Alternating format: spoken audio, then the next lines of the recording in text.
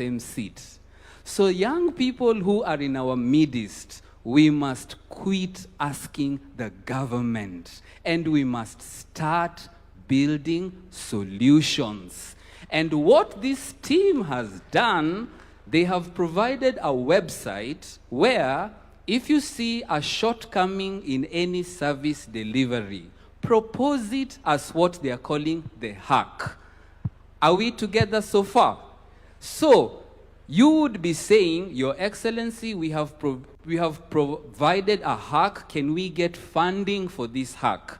Now, these ideas are not limited to Kenya.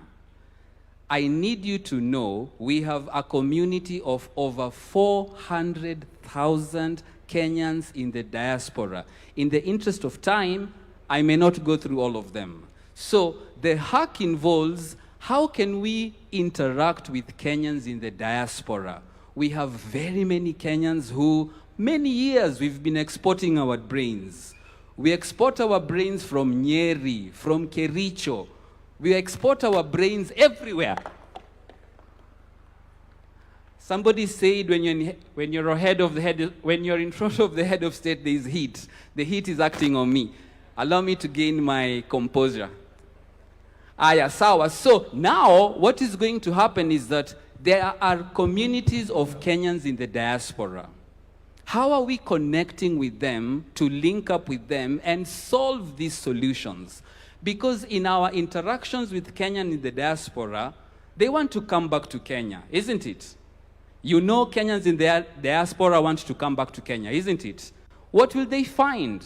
They will find these businesses that they need to expand. And so if you are in our midst and you're following us, that is what Hack 100 is about. Allow me to do the second bit of explanation, which my team did very quickly. And I will use a visual aid. Why? We must bring everybody along. Are we together? So they mentioned Hack 100, and then they said there's a capsule. So we carried a capsule to be able to explain where the idea of the capsule came from. So a capsule is this shape, and I know it is small. So we carried a bigger one so that we bring everybody along. So this capsule is going to go everywhere where Kenyans are so that you can put your ideas in it. So I'm going to open this capsule. So this capsule is going to be the conversation builder amongst young people. Instead of begging the government to do things, what ideas have you put in this capsule so that when we reach your location, we can unpack the contents of this capsule. When this capsule goes all around, we will preserve our memories, we will preserve our aspirations, and it is proposed for these ideas to be preserved, and hopefully when we celebrate Kenya at 100, it will be opened to see, did we make it? Did we not? Was the dream achievable? Thank you very much. Thank you so much. The capsule is way bigger than it is, and it's outside the matatus. Thank you, Your Excellency, and that is all the time we had. Asante sana. Thank you to the team, Bernard, and the rest of them, Mika and all. This is just the beginning. There's an online platform where you can interact with all the features that they have showcased here, and you'll be able to do that. And again, just to reiterate, as I call on the next round of stakeholders who are here in many ways as representatives, as citizens, but also with the bodies that they represent, the sectors that they represent, I should say. And as we do that, as we set up this particular sitting for them, I'd like to call on the Deputy President. Deputy President, Professor Kithure Kindiki, if you may, because just as a quick word, because in this conversation as we move forward, we are looking at where do we go from here? How will different stakeholders engage in the national conversation?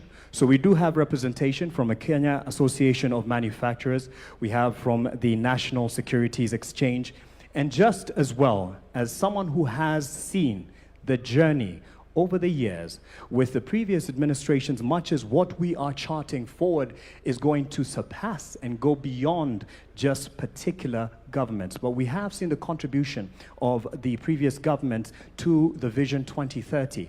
That was led by the late President Mwai Kibaki. That was led by President Uhuru Kenyatta. And now that this particular leadership has contributed to in bringing success to Vision 2030 and pushing it forward. So how, in your view, you would say we have an outlook to build beyond Vision 2030, just as we set up this stage, and I'll call on those stakeholders to come up and speak. Just as the President gave a quick word here, karibu sana to the Deputy President, Professor Kithure Kindiki. Tumpe makofi tafadhali.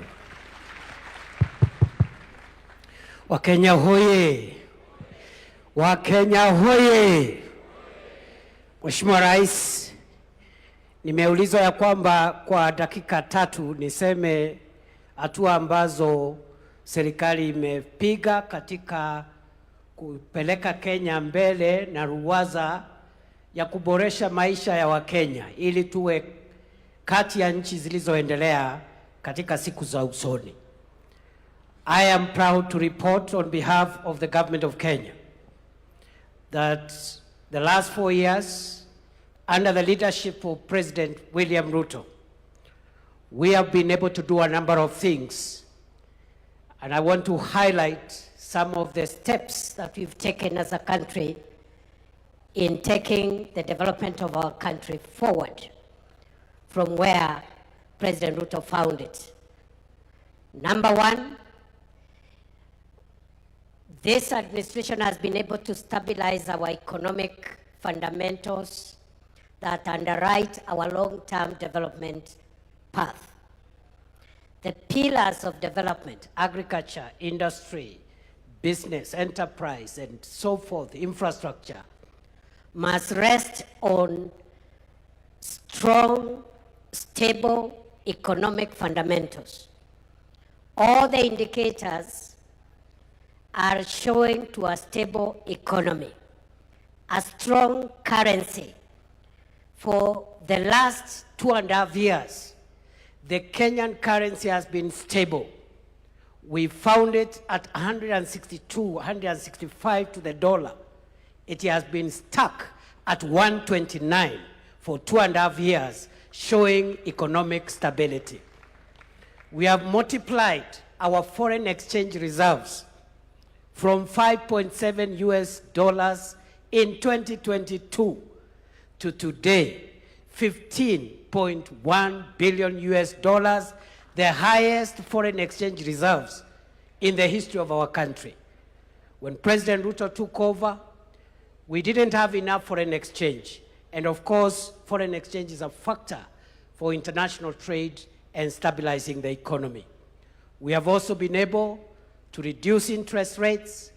We have also been able to be rated favorably, not by ourselves, but by international sovereign rating agencies. Standards & Poor's, Moody's have now upgraded the economy of Kenya to a stable economy.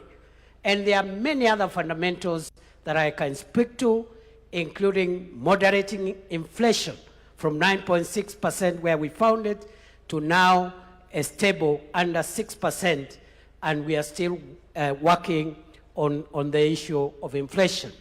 Of course, on that front also, we have been able to attract last year the highest amount of foreign direct investment in the history of our country, $3.2 billion US. This is a report of the United Nations agency, UNCTAD, last year.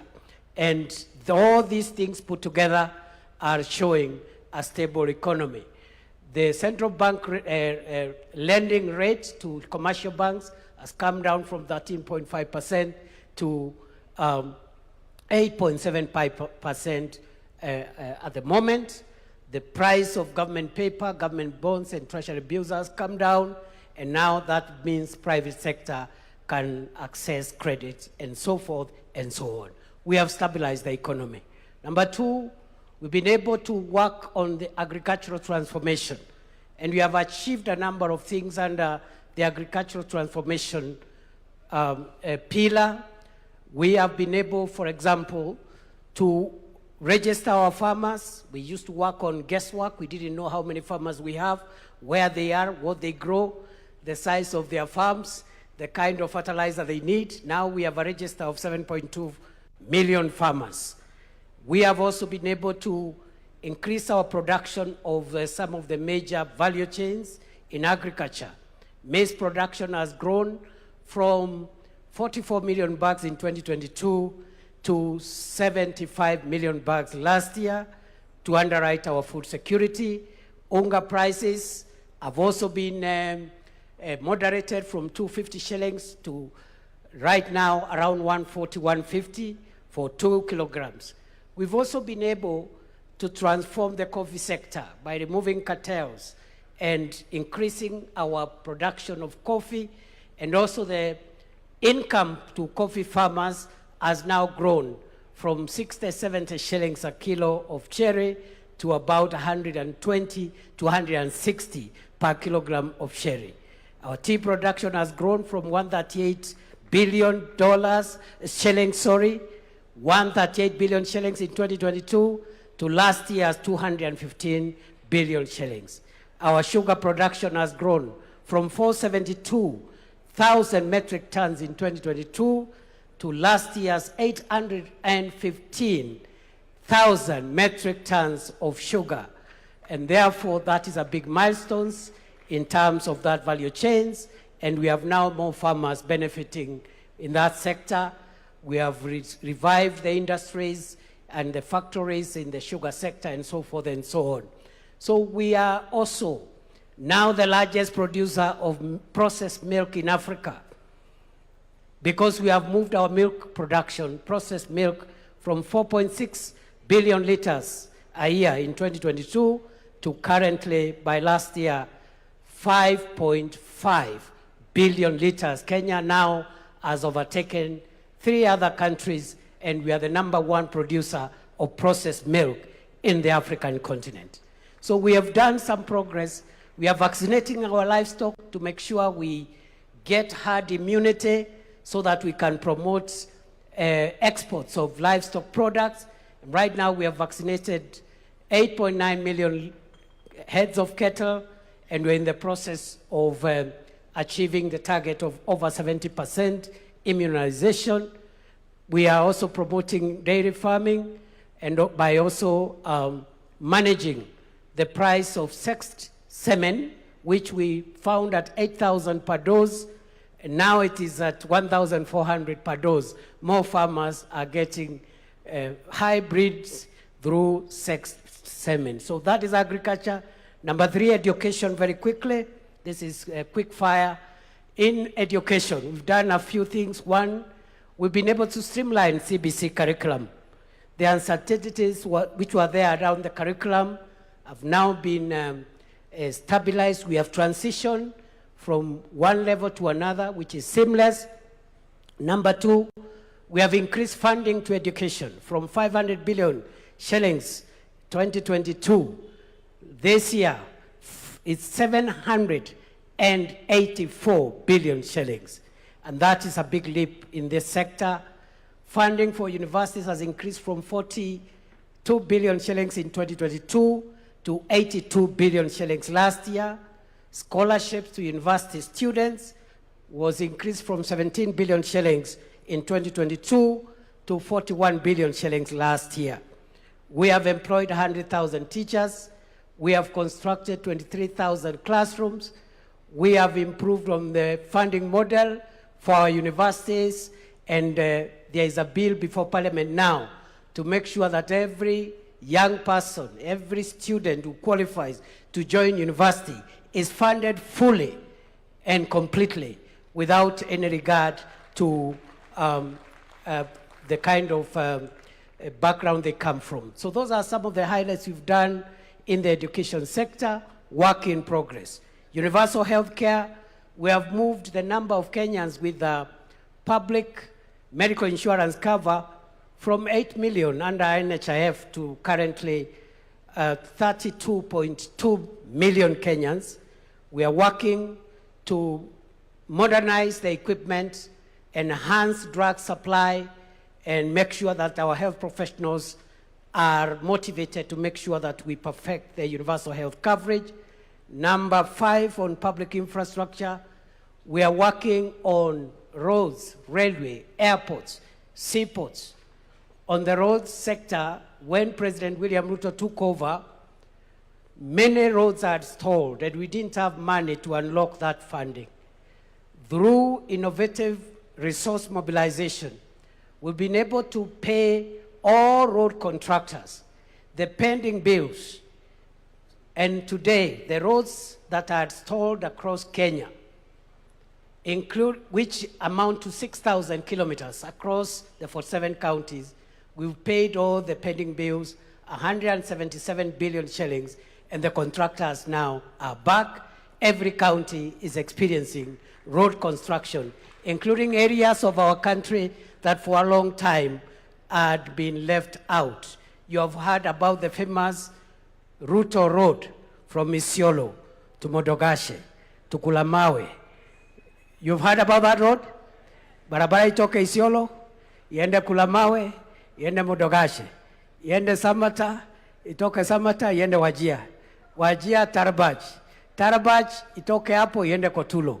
Itoke Kotulo, Kobo. Kobo, Elwak. Elwak, Gare. Gare, Ramu. Itoke Ramu, iende Mandera. Rais Ruto ni fire, si fire. You must also be aware that under this administration, we are connecting the port of Lamu through Ijara to Garissa to Isiolo, areas of our country that for a long time had been left out.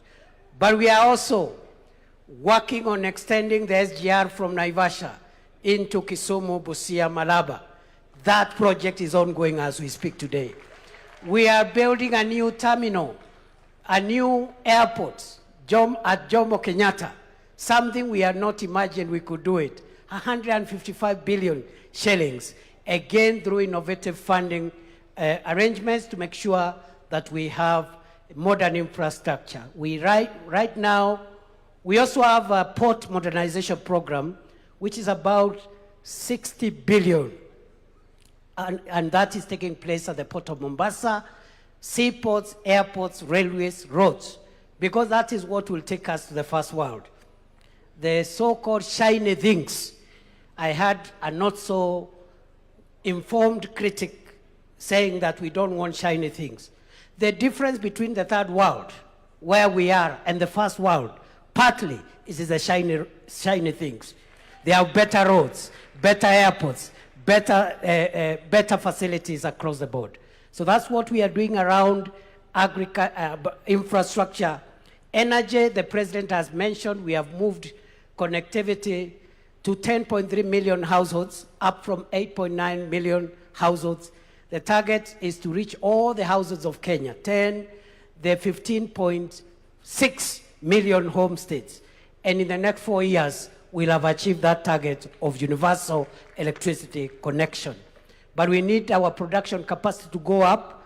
And that's why President Ruto has come up with the National Infrastructure Fund to be able to rejig the agricultural transformation agenda, to rejig our energy production capacity, and also to help us with irrigation and to help us with the infrastructure as we continue expanding on what already has been done.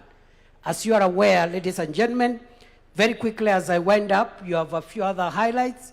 We are trying to create as many jobs as possible to the people of Kenya. We have a number of programs. The Kazi Kwa Ground program through affordable housing, 650,000 Kenyans already working in that space, working towards 1 million Kenyans plus. We also have a Kazi Mtandaoni, about 300,000 Kenyans who are earning a living through digital jobs. How have we created digital jobs? By increasing connectivity of the fiber optic cable. Right now we have built over 30,000 kilometers of the fiber optic cable terrestrially on our land to make sure that we have connectivity, and we are also doing ICT hubs, already completed 382 ICT hubs, and another 416 hubs are under construction to be completed in the course of the year.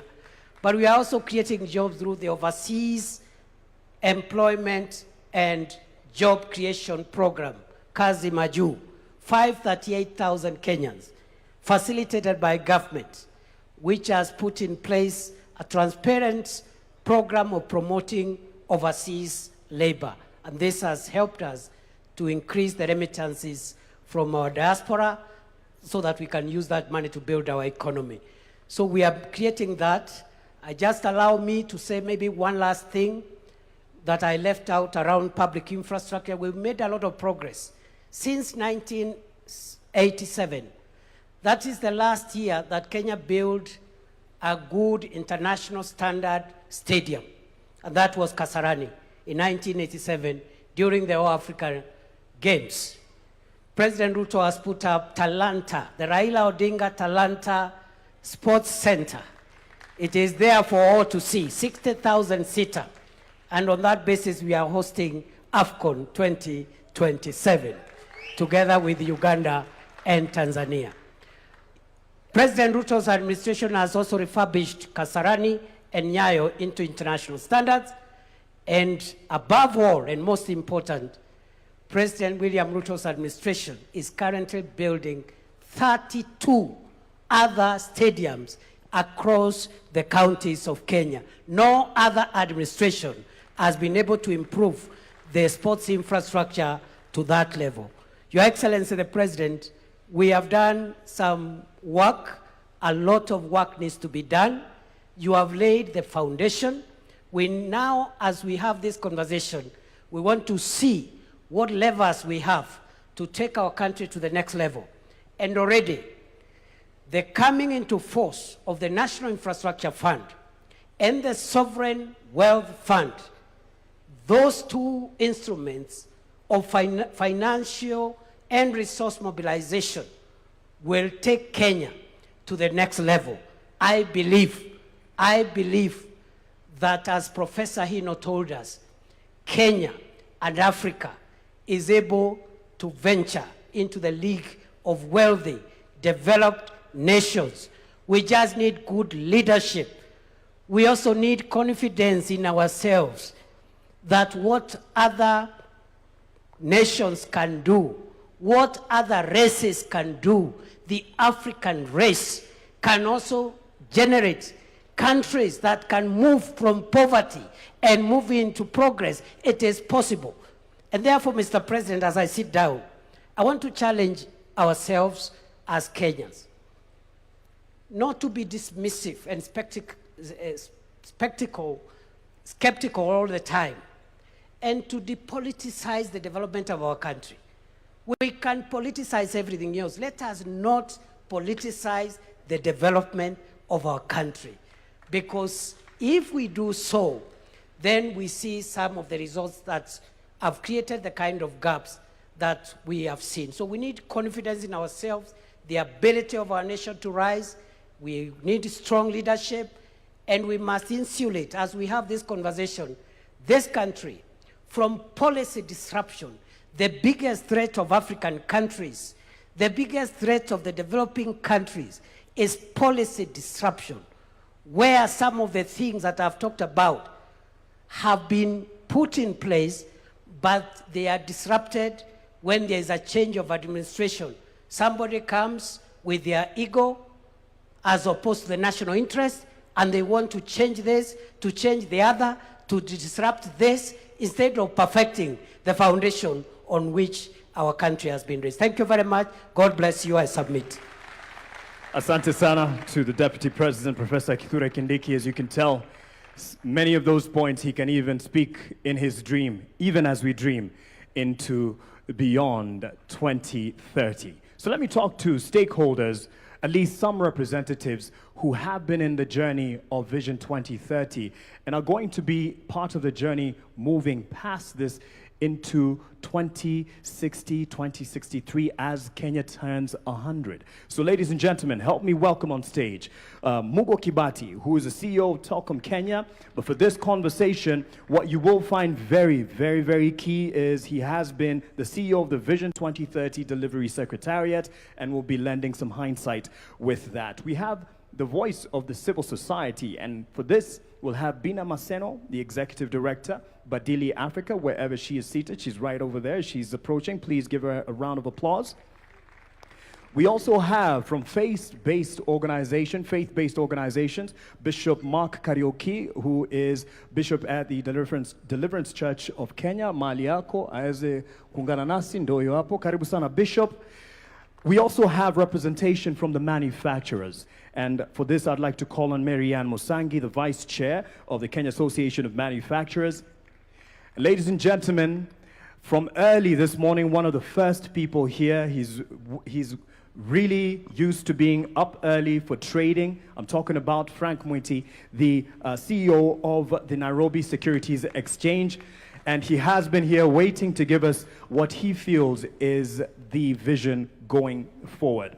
And we also have Jean Gidinji, who is a strategy consultant as well as an entrepreneur from the creative side of life. As you can see, she has a lot of creativity around her, and you're looking beautiful. Karibu sana to the panel. Thank you all for joining us. And I will start with Mugo, perhaps just for purposes of hindsight, from where we have come with Vision 2030, now we are surging forward. Yes, there has been a lot of achievements, but there's a lot of work still to do, especially for the young master here, Bwana Adrian, over there, who's still with us, taking points as you were speaking. Mugo, how do we determine, because the question to the Deputy President was, there's what was achieved with the administrations then, as Vision 2030 was coming into fruition and to be rolled out. But how do we determine that there's continuity beyond whatever leadership is in charge for the betterment of the nation?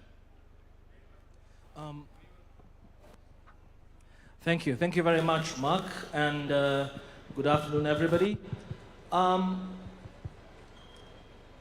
We're now on the 18th year since the launch of 2030. And on MTP4, the fourth medium-term plan. And the Deputy President has done a good job of explaining MTP4 achievements. I would like to say that there have been achievements in MTP1, MTP2, MTP3, as well as MTP4. And it is important that we all remember that the administrations that have come from 2008, from the late President Kibaki, President Kenyatta, now President Ruto, have all been on the Vision 2030 program through the 5-year development plans. The challenge, and the Vision 2030 team also gave us a rundown of what has been achieved and accomplished over those 18 years. The political pillar, I think, stands out because the Constitution was delivered. Devolution came in. So MTP1, the Constitution was delivered. MTP2, we had devolution now finally being enacted. We also had infrastructure developments, tremendous ones from the first MTP to the current MTP.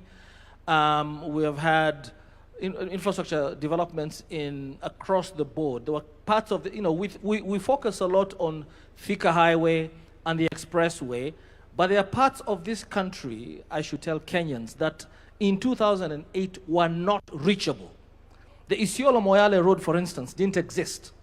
And that not only connected those parts, the northern part of the country to the center of the country, but actually changed economic activity tremendously. Safety along that highway changed everything. So there's been roads and ports and energy. Kenyans were connected in every corner of this country to electricity.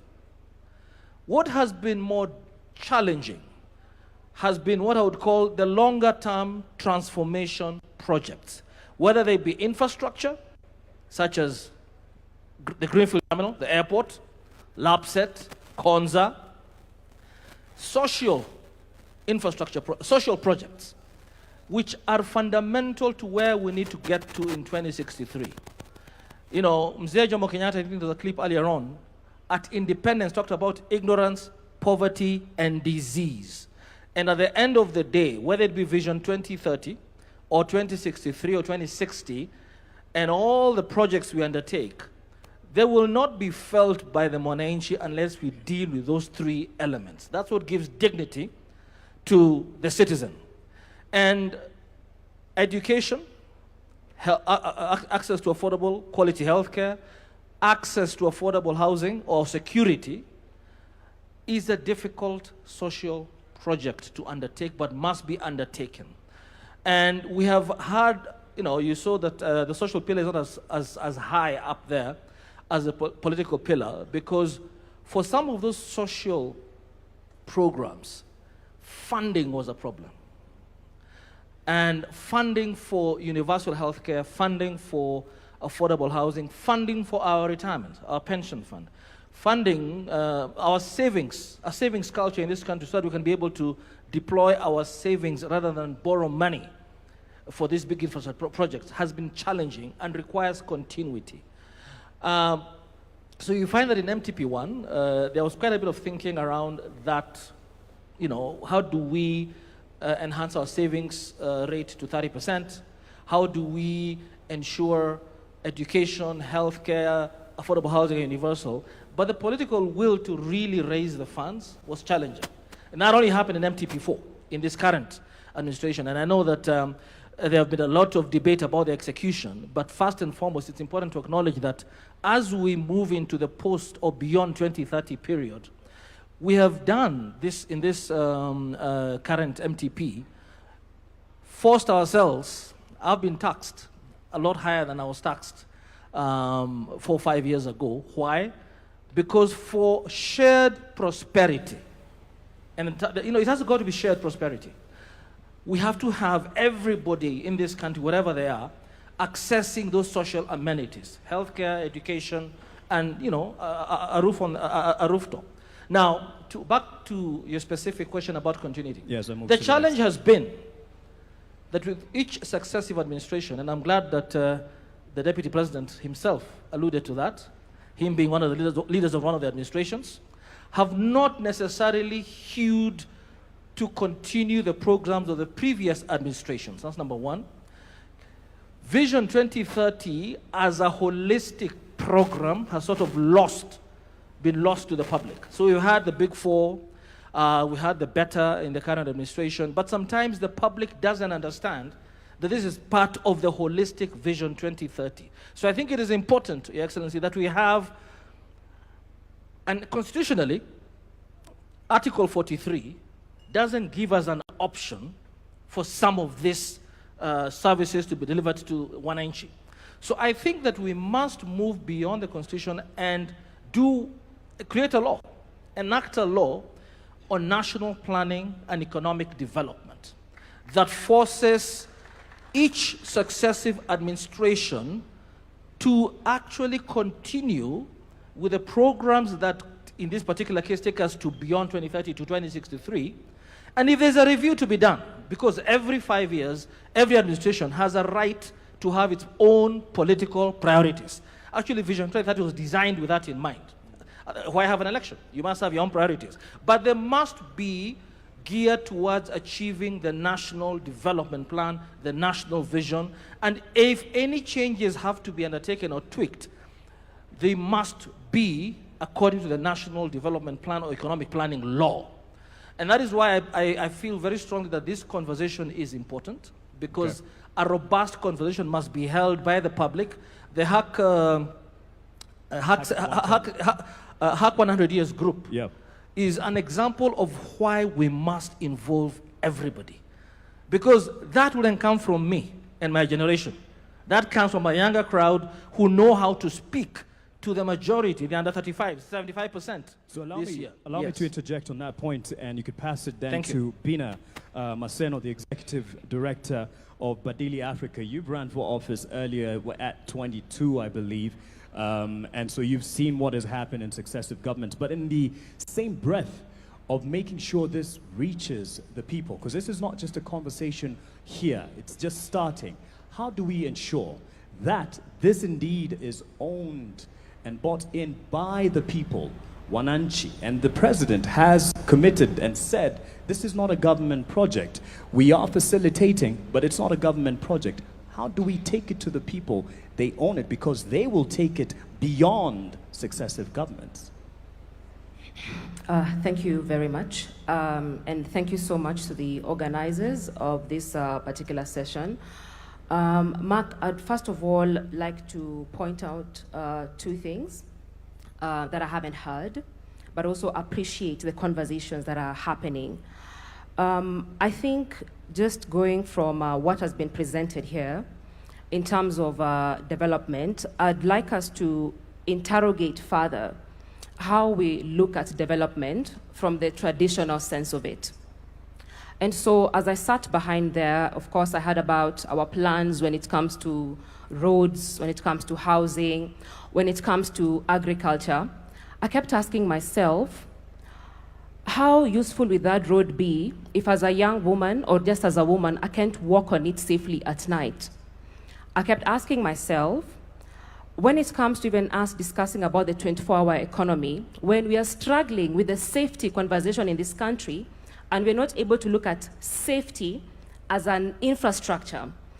For women in this country, it doesn't matter where you come from, whether it's in the rural areas, in the community, every other day you're negotiating what time you're leaving the house, what time you're coming back home, who you need to share your details with in terms of where you're going. You're taking the number plate of the Uber you're riding on. You're being harassed at the matatu sector. And why I'm saying that is because when you look at the informal economy, and we are trying to talk about investing in the informal economy, if a woman has to negotiate with what time they leave the house, I'll talk briefly, Mark, about my own mother who runs a grocery shop. Yeah, my own mother will leave the house at 6 and not at 5 a.m. because her leaving at 5 a.m. means she not only risks being robbed, but she also risks being raped. Not many men think about being raped at 5 a.m. And at 5 a.m., I'll tell you the truth, transport from Kayole to Marikiti is cheaper than taking matatu at 6 a.m. when it's 100. If you take it at 5, it's about 50 shillings. And so she's losing money in terms of capital because of safety, yeah? And so when we don't integrate that, when I think about care work, and we've done research in this country, women spend about 4 to 6 hours on care work. And care work is the bedrock, it's the foundation of how this country runs when it comes to economic development. Who takes care of our children, who feeds our children. Most of us are here because someone is managing most of those details at home. I'm comfortable here because someone is taking care of my son at home, yeah? And so when we talk about development and don't expand it in terms of how can we reduce the amount of time women spend on care work, especially if we say they are the backbone of our economy. And so when I look at, Kenya at 100, and you ask me a question about, yes, running for office and where we are going to. When I look at even the representation of women and young people in this country, when we go down to the numbers and say, are young people represented, are young people included, what does data show us? If you look at the 2022 statistics, the numbers in 2022, we had 16,100 candidates on the ballot, from the presidency all the way to the member of county assembly, whether you are running in whichever political party or you are running as an independent candidate. 14,000 were men, only 2,000 were women. So if we talk about even achieving the 2/3 gender rule, it means even if the 2,000 women, all of them won, we still would not have achieved the 2/3 gender principle. And so then that begs the question, what are some of the structural issues that we continuously need to deal with so that we level the playing field for both women and young people? Because if we don't have representation when it comes to Kenya at 100, then it means the future we are building is incomplete because it leaves half the population out. And so for me, I'm reflecting on how we're looking at development in terms of what we are building, but also how do we expand people's freedoms and capabilities. Lastly, we talk about agriculture. I'm just going by also what other speakers have spoken about. We talk about agriculture, we talk about building more classrooms. But before a child enters the classroom, their diet is so important because data shows that if you don't have quality diet, you're going to have stunted growth. It has an impact on your cognitive ability. And so even as we think about building other classes, how are we thinking about the nutrition of our citizens so that we can be better in terms of contributing to the solutions of this country, and you're not struggling with stunted growth, because we're already at 18% of stunted growth when it comes to children under 5 years in this country. And so for me, I think it's just us expanding the definitions to just not include, yes, infrastructure, but also look at how these other aspects of our lives intersect with development.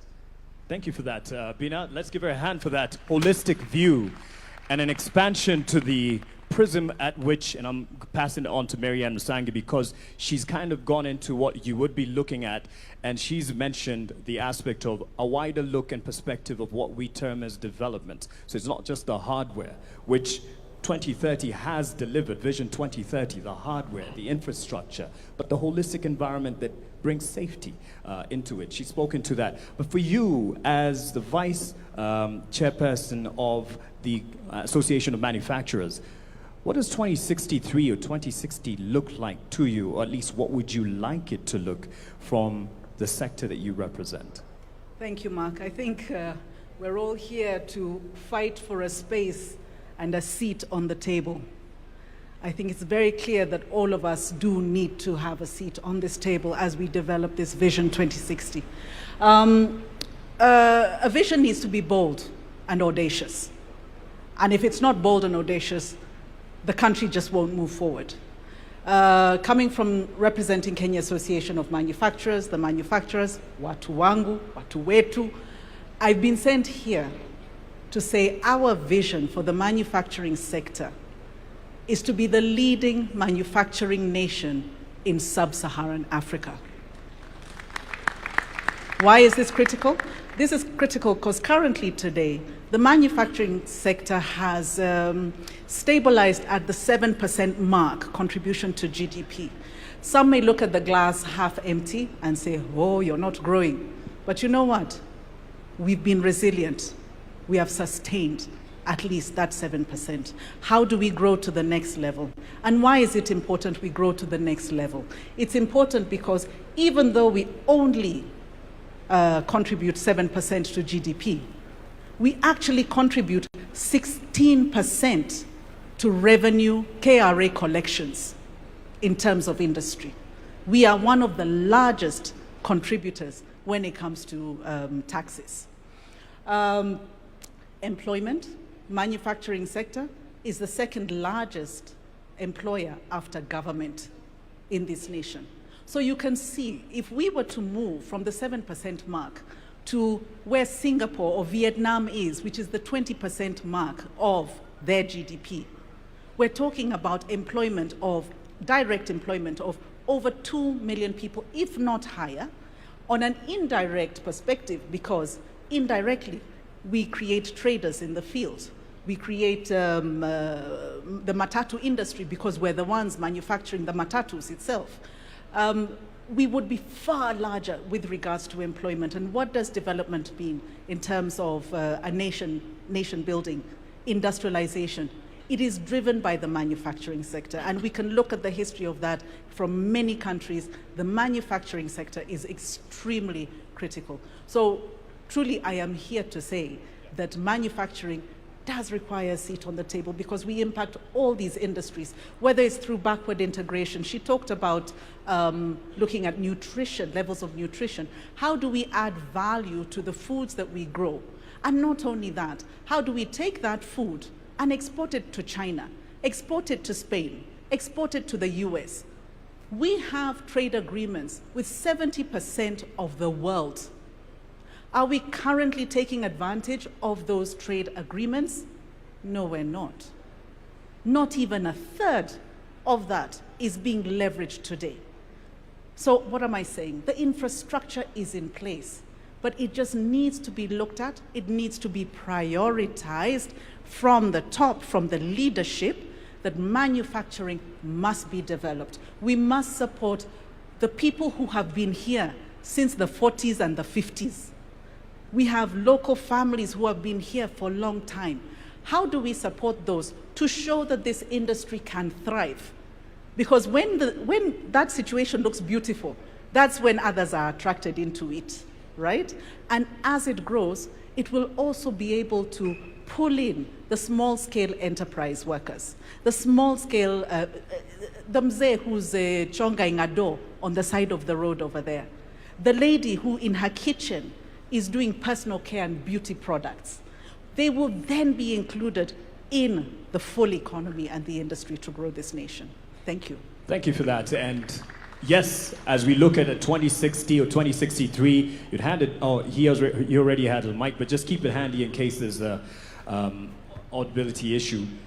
She's looked at a figure, 7%, which we can do better. Some may look at it half full or half empty. I'm sure you're looking at your glass as half full, or actually more than full than empty, based on your accolades in the recent years. As CEO of the Nairobi Securities Exchange, there is quite some achievements that you have gotten over the years. However, what do you want to guarantee as an environment to ensure that we keep it on the up and up? Not just sub-Saharan Africa, even globally, we have been given our credit where it's due. So what do you see availing a brighter future for the Nairobi Securities Exchange? Thank you, Mark. I'm going to mention 3 things, and that will probably confirm why I was here very early in the morning, seated and waiting for this dialogue to happen. But I will start by confirming that, in fact, the Nairobi Securities Exchange, as part of the larger capital markets ecosystem, has benefited quite a lot, both from Vision 2030, as well as the current administration led by His Excellency. Case in point, just 3 weeks ago, we crossed a historic milestone in our market capitalization, 4 trillion shillings. Okay? Earlier this year, as at end of June, the NSE was ranked number 4 in the world, ahead of the likes of Singapore that we aspire to. The only African country that was ahead of us was Nigeria. Otherwise, the people we are competing with is now Japan and Taiwan. On top of that, the previous year, 2025, the NSE was second best performing behind Egypt in Africa. The year before, 2024, we were the top performing exchange in the continent in dollar terms. Now, there's something that is important to actually share with people that they may not know about matters capital. You will know that capital likes return, capital likes dividends, capital likes profit. What people sometimes forget is capital is actually a coward. Capital is a coward. Part of my role leading the exchange is to go out there and speak to investors. There are 3 things that usually happen when you go to interface with serious investors. Think about the likes of BlackRock, Vanguard, Fidelity. These are big boys managing trillions of dollars, bigger than the economies of Africa combined. They give you 1 hour, only 1 hour. In that 1 hour, 30 minutes of that 1 hour is spent understanding the roadmap and the vision of the country. Because if they don't buy into it, forget it. It doesn't matter whether you're printing money. They're not interested. 30 minutes are spent unpacking the vision of the country. The next 15 minutes are spent unpacking the macroeconomic environment, which is why for us as a capital markets, we've benefited a lot from the stable macroeconomic environment that the current government has underscored. The next 15 minutes are spent really confirming whether there is listed companies that they are interested in coming into. So for me, the reason I was here very early in the morning is because I know the dialogue we're having today and the vision we'll craft as a country will tell capital whether to invest here or to invest in a neighboring country. And interestingly, that's not just capital out there. Even local capital here, pension funds, insurance companies, Mugo's money, your money, we are here to craft 2060. But today at probably 2 p.m., when we finish, His Excellency the President will stand up, we will also stand up, and we'll sing the national anthem. Pay attention to the last sentence of the first stanza of our national anthem. For those of you who are aware, it says, "Plenty be found within our borders." The more you interrogate our national anthem, the more you understand that's actually the original vision of this country. This republic every day stands up and sings that national anthem, which actually speaks to the vision we have. Of course, the question now is, as capital markets, what do we want? What we want is, instead of saying plenty be found within our borders, we wanted to say plenty be owned within our borders. What we want is to move people from stakeholders to shareholders. Our market understands ownership. And so Vision 2060 should also be about ownership. We need you and everyone else to have a stake in the country. Our capital markets support that. So I was here at 6 in the morning because it's relevant to the sector that I'm supporting. Thank you.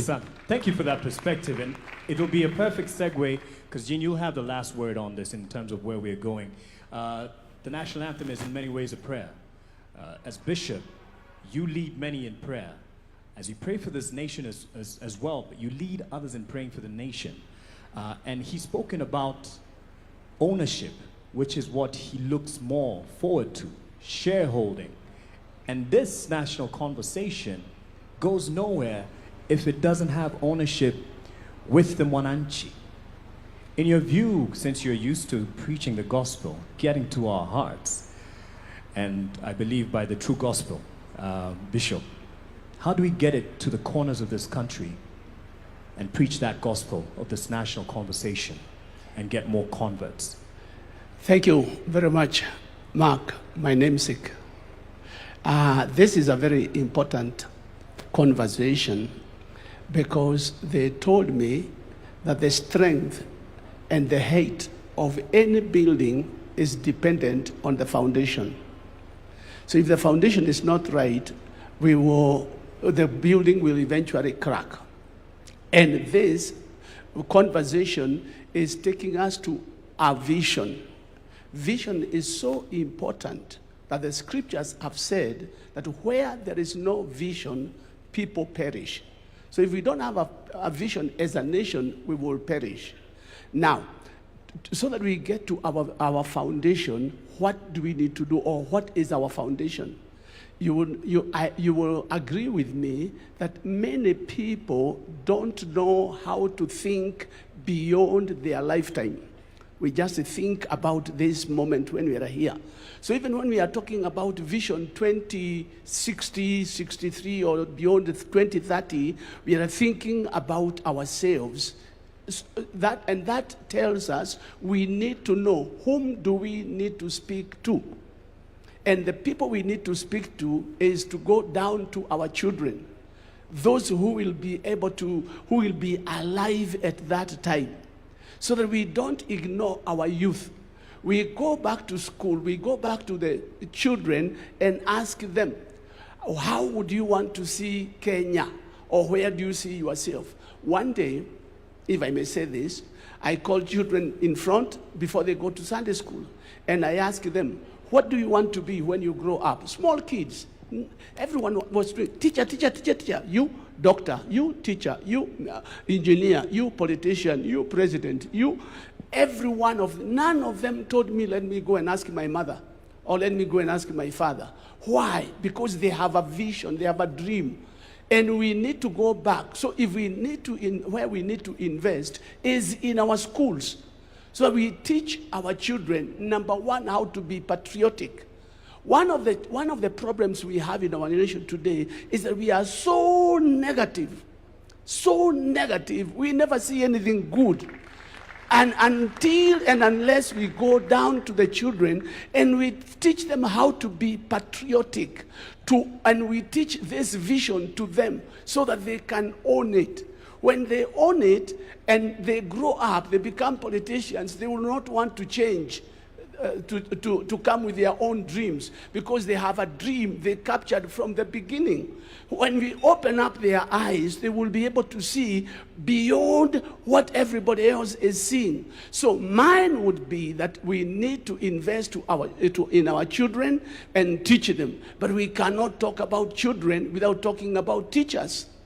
Because the children will receive that which are given by their teachers. So we also need to take teachers seriously and cause them to see that what they are doing is important. There is nobody in here who never passed through a teacher.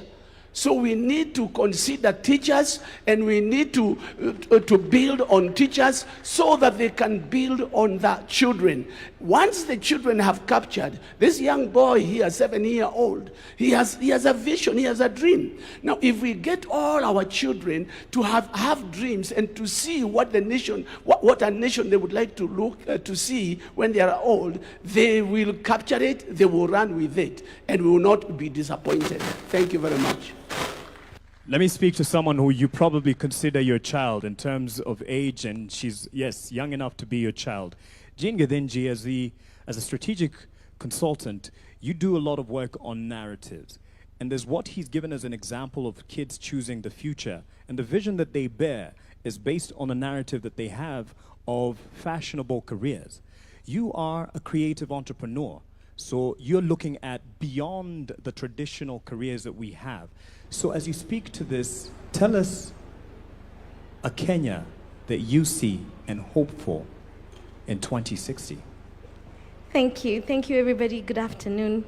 And I love that question because I guess my intervention will be less technical and slightly more poetic. So for me, Kenya is a nation that punches above its weight. So if you look at our contributions from our scholars, our writers, our innovators, you know, we give the world M-Pesa, right? Our athletes, we break world records all the time, and even our contributions to World Agenda. The World Urban Forum was first held here in Kenya. This is the forum that actually gets the world to globally dream about sustainable urban development, and we birthed it. So Kenya punches above its weight. So for me, Kenya at 100 is about getting to a point where this excellence that comes to us, that we demonstrate, is part of our lived experience across the nation. So at the risk of sounding repetitive, allow me to share what that means, okay? So you'll dream with me a little. I want only simple things. So in my version of Kenya in 2063, our youth don't have to live Kenya to see the world. The world comes to them. In 2063, a Kenyan is able to live in Turkana as easily as they would live in Nairobi or Shanghai or New York City. No one will have to compromise access to services, modern experiences, cultural activities, communing with nature. In 2063, most Kenyans can live in Hola as easily as they can in Mombasa, because they can find work, they can find a house to live in, they can find good schools for their children, we have great hospitals, we have places of worship, we have parks, you can go to the disco anywhere, right? So the simple dream is that our informal settlements will all be called Old Town, and we will only preserve them for tourism and documentaries. right? So our cities in 2063 are so well planned that we can navigate streets on Google Maps without referencing landmarks like take a left at the green Mama Ali's kiosk, you know? Wouldn't it be nice to be able to take a bullet train from Nyeri to Garissa and be there in less than an hour? In 2063, I wanted that for a water-scarce country, there is water reticulation to every single home. That during prolonged drought, we don't have to sell livestock at throwaway prices. That we actually can harvest rainwater across the country in huge municipal water pans. And during rainy season in Nairobi, Malindi doesn't have brown ocean waters from silt deposits. At 100 years, my hope is that Kenyan youth don't have to choose between paying for electricity tokens and eating nyama for lunch.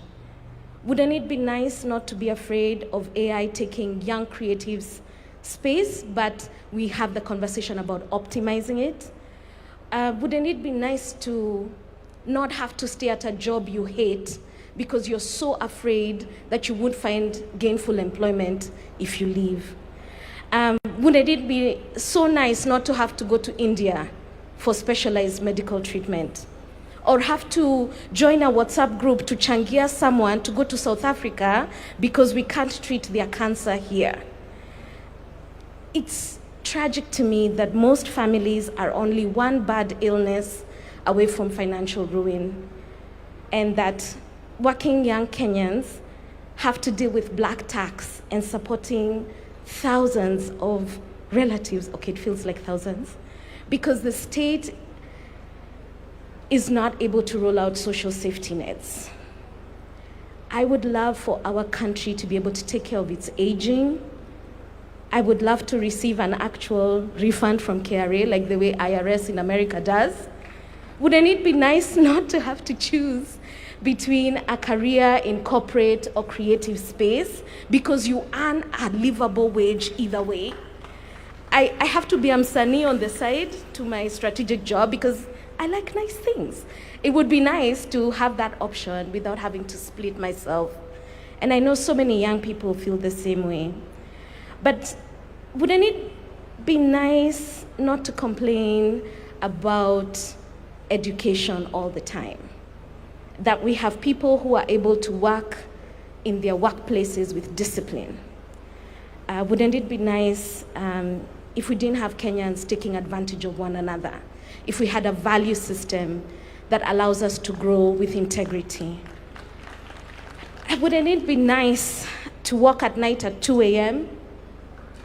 and not fear being robbed, or walk in Tao with my cell phone and it will not be thieved? Wouldn't it be nice not to have to march in cities to end femicide because our systems deal effectively with violence against women, or even against our old aging parents, many of whom are being killed by younger relatives so that they can sell the beach plots and the farms? Wouldn't it be nice to live in a Kenya where you can sleep in comfort? That if there was a country that threw us missiles, we have the best anti-missile, defense systems? You see, I really just want simple things. So Kenya in 2063 for me is not about abstract plans, right? It's about making sure Kenyans experience excellence in everyday living. So this plan for me is about putting in place the systems, the mechanisms, and even a collective consciousness that can deliver this vision and many others for generations to come. I'll tell you something, Jean, you got the attention of the Commander-in-Chief when you talked about the anti-missile defense system. That's something that definitely has their attention. What next is what we're talking about. This is not conclusive. As much as we will be inclusive in engaging you in the conversation, those who are watching at home, online, what next is a big question. And as a segue, Bina, I'll hand it to you because as a voice within the civic or civil society space with Badilika Africa, you're very passionate about engaging, giving everyone a chance? Is it the way of having a multi-sectoral team? Is that the way to go? And these are suggestions. No one is wrong. No one knows it all. Not anyone seated here, not Ndi, not anyone. We don't know it all. We're here to share and help each other. And as we do that, as you give us that, what do you think? Is it to give everyone a chance in this conversation? And now Melody will also help us with passing on the mic to the people. What do you think is the next step to take? Not conclusive, but just as a way forward.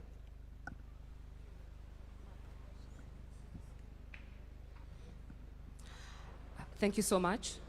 Thank you. Is it okay? Thank you so much once again. So 2 things that I'm reflecting on as you ask that question is that first, even as we look at taking these conversations to the counties, it's just not about decentralizing the conversations to the counties, but democratizing yes, that word at the county, to ensure that the conversations we're having at the county, how inclusive are they? Who are we missing in the room? Who barely attends conferences? Who are we missing in the room who does not belong to a political party or belong to a CSO conversation? Because even as you spoke about the work we do at Badili. So the fact that we even focus on taking some of these conversations to the salons, you know, and we make sure the person who's braiding your hair, because they're spending 4 hours with you, are they having these conversations? What are their concerns? Because for them, they can't come here because they need to earn a living. In the spaces where we spend our time, at the barber shops, the person who shaves your hair, because they always say men are so faithful to their barbers than even their own partners. But do they understand this particular conversation? Because you guys do a lot of banter, political banter in those spaces. So how are we bringing them in? Or how are we taking those conversations there so that we can actually harvest information on what they really, really want, you know? When it comes to young people, and of course, I'm very happy that, you know, we have students in the room today, like we have young people in the room. We just have people picked from different sectors, which is very, very important. So who convenes at the county? Or who convince this gathering is important, who sets the agenda here is important, who even gathers the thoughts and notes and ensures some of the points end up on the national agenda is very, very important. But Mark, I also wanted to add that even as we talk about where Kenya is going next, and we talk about all these challenges, I think we have to also just discuss about how power manifests in our different spaces. Because you know, every other day we talk about our policies, our strategies. We talk about all those things. And I don't think what we have is a deficit when it comes to the vision that we are talking about. And I think we also just have to move away, because I'm in spaces and we're always discussing about the goodwill of the person who occupies State House or the goodwill of the people who occupy political institutions. I think we just have to move away from just relying on the goodwill of people who occupy political institutions and State House, to how citizens can monitor this process, can hold the people accountable on this process, so that even if you leave office today, because we have owned this process, then we are able to hold you accountable, because we have seen the power of the young people and the citizens when it comes to holding leaders accountable, whether it's the finance bill, whether it's the county development plans. And so if the citizens don't own this process, then we're going to have the same challenge that you spoke about, where when a leader leaves office, some of the plans are abandoned. Yeah. But more importantly, Mark, as I wind up on my point, is with the power holders, who decides where the resources are going to be invested is very important. The agenda setting is very, very important. And I think that's why other people feel like they're left behind. And so if we unpack the power dynamics in this country, then I think we'll be off to a good space. All right.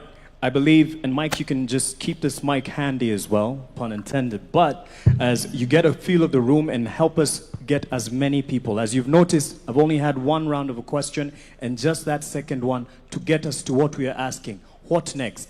Doesn't have to be a question. What do you think? What is next? Asante sana. Mimi naitwa Jasper Moses Mrutu kutoka Taita Taveta, from Pare Council of Elders. Pare Council of Elders inasimamia wapare ambao wametengwa kwa miaka mingi sana. Mimi katika kwenda mbele, manake mambo mengi yamezungumzwa, nitaongea kwa bullet. Mapendekezo yangu ni kwamba in 2063 I envision a nation that is developed in whose development is anchored in the Constitution and more specific in the Bill of Rights. Second, I envision 2063 a nation built in foundation of socio-economic inclusion of all communities and groups, including minority and marginalized communities of Kenya. I envision a nation that strengthens, a nation strengthened with the cement of affirmative action for the minority and marginalized communities in Kenya and other disadvantaged communities. I envision a nation with a citizenry and leadership that respects and adhere to its own plans, rules, and policies. That is discipline and integrity. Thank you. Asante sana, nitaenda nyuma kidogo. Asanteni kwa upande huu. Nitaenda nyuma kidogo kwa vijana pia. Kuna kijana hapa. Mruhusu. Ukielekea, maybe we'll take one from here and kindly keep it as short as possible. We have so many people and would like to contribute as much as possible. Let's also concentrate on what next. What do you see as the next step? Thank you so much. Kwa majina naitwa Mwanza, son of Mwanza. Mimi ni kijana wa Mukuru. Wengi wameongea Kizungu, mimi nitaongea Sheng. Nakwambia rais, mimi kama kijana wa Mukuru affordable estate nimekuwa nikiishi kwa streets. Sasa hiyo umenitransform na kaa kutoka affordable house. Hiyo ndio Kenya ambayo ninataka kuona 2060. Kenya ambayo hata ule kijana mdogo, mimi kama rasta, mimi ndio mrasta hapa ndani. Hii ndio equality ambayo unaongelelea. Kwamba pia sisi wa rasta hatutaona kama wezi, but pia tunaona kama watu wa maana. Through affordable house nimeweza kusave pesa. Yenye nilikuwa nalipa rent ya mama yangu na yangu, sasa nimerudi shule niko MKU Law School, karibu namaliza shule. Nikuwe wakili kama mtu wa wengine. Mimi kama mtu wa streets ambaye nilikuwa naibia watu hii town. Sasa hivi ninakaa affordable. Sasa hivi vijana wangu wanafanya kazi Bomas, Talanta Stadium na wengine hata huko Maurironi wako napata kichele. Sasa hivi hatuna reason ya kuibia watu, lakini tunapata pesa na tutapeleka Kenya mbele. So kwa hivyo rais, kwa hayo mengi na machache, nasema tutakusupport na sisi kama vijana, wale ambao wanapata affordable hostel wote, tutakusupport tuweze kupeleka Kenya mbele ili tuweze kufika 2060. Asanteni sana na Mungu aibariki Kenya. Asante, twende kwako Gitonga. Your Excellency, I want to thank you very much for introducing this bold path for Vision 2060. It has come at the nick of time. Vision 2030 build the physical structures for our country. We recognize the immense infrastructure groundwork laid down in the lifespan of Kenya Vision 2030. As we approach now the new dispensation of Vision 2060, our national conversation must start drifting from building physical assets to maximizing technology and technological production, so that we are able to open up more openings for jobs for the youth and other people. Post-2030 era must therefore be driven purely by data, artificial intelligence, and modern technology. If Kenya is to transition into a global competitive, high-income, first-world nation, in this generation, technology cannot be treated as a separate sector. Technology must be the operating system for the entire economy. It is the core engine for agriculture sector, for trade, for manufacturing, for health. Therefore, we need to invest more in technology especially artificial intelligence. Kwa oncology benefit. Tunasema kuendelea kwa future. Tungependa kuona future ambayo hospitali inaenda kwa wagonjwa na sio wagonjwa kukuja kwa hospitali. Hiyo inamaanisha nini? Kuhakikisha kwamba primary healthcare, prevention na primary healthcare imesisitizwa pale mashinani, kwa sababu already tuko na wale wanaitwa community health promoters. How well can we make use of them to ensure that in the vision we are not handling a sick country, because looking at the statistics in the future, the numbers of non-communicable diseases are meant to arise. But how do we ensure that even as we move to the future, there is more healthy population? And that is just strengthening what Singapore has done, primary healthcare and prevention healthcare, and strengthening what you already started with the universal health coverage to ensure that we talk prevention. Where are the diseases? Diseases are in the urban planning, they're in the schools, they're in the food industries. How do we ensure they're in the lifestyles? How do we ensure that we speak promotion more and speak prevention more? And we can assure you that if we do that and handle primary healthcare, community healthcare, and prevention, we will ensure there is not only a prosperous future for this country, but a healthier 2063 and beyond. Thank you. Asante. Jambo jambo Kenya. Melala jambo jambo Kenya. My name is Rosalyn Alionya from Kakamega County. I'm a young person from the ODM party, and I'm privileged to be here.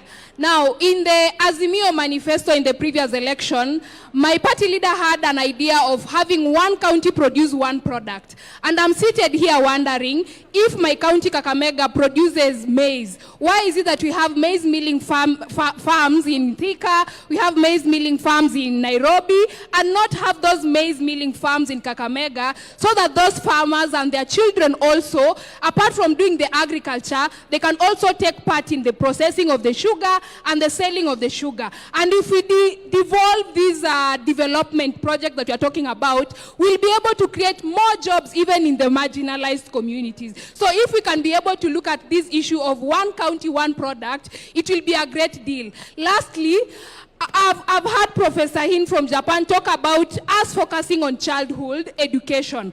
But why is it that when Alana gets good grades, we always create for them an ample opportunity? When they're getting maybe 400 marks from primary, they get an opportunity in a national school. When they get good grades, they get an opportunity in good universities. But when these children get first-class honors, we never really create a platform for them so that these brains are able to transition directly into the human capital of our industries within the country, so that we are not able to export them outside. Lastly, mimi kama mkazi wa Kakamega, I want shiny things, Mr. President. Asante sana. What next? Ndio kitu ambacho tunauliza. What next? Kwa majina naitwa Hilary Kiptaluche Ruyot. I'm a professional marathon athlete, and I was privileged. I'm very happy to be given this particular juncture, even as professional marathon athlete, to put our input in this conversation. Kwa leo tungetaka kushukuru President wa Kenya Dr. William Samoei Ruto kwa sababu kuna vitu tunaona kama wakimbiaji yenye amefanya, na sisi kama wanariadha hapo awali hatukuwa tunaona kama tuko na mwelekeo, na ya muhimu sana kuhusu hii maneno Vision 2030 and beyond. Sisi kama wanariadha tungetaka kusaidia wa Kenya. Kwa vile mnatuelewa, sisi kama wanariadha tumeweka Kenya kwa picha mzuri pale duniani. Na kwa hivyo sisi kama wanariadha tungetaka tena tupewe chance ya kuweza kumarket, tuwekwe front kwa hii Vision 2030 and beyond. Tuweze kama wanariadha kusaidia wa Kenya na kusaidia president kushika mkono kwa hii vision. Alafu ya pili, kama mwanariadha tuko na agenda kama wanariadha tuweze kuchukua Kenya, tusaidia wa Kenya, tusaidie Kenya kuchukua Kenya ielekee Singapore. Tuko na mipango ya kukimbia, kutumia hii talanta yetu yenye Mungu ametusaidia, tukimbie hata tunapokimbia dunia, tuweze kuonyesha Kenya sisi tuko na agenda ya kuchukua Kenya to Singapore and beyond. Within Vision 2030 tunataka kupewa forum ama platform kama wanariadha, tuweze kuketi na president, tuweke mipangilio yetu kwa meza kama wanariadha ndio tukue considered pia sisi. Asante. Basi, please pick 2 more questions from that side. We'll pick from this side. Naona hapo ndio mambo iko moto kabisa. Kisha tuanze sasa kumalizia. So 2 questions from that side as we also get 2 questions from this side as we get closer to winding up. Thank you. Please allow me to use the stage so that everyone can see me.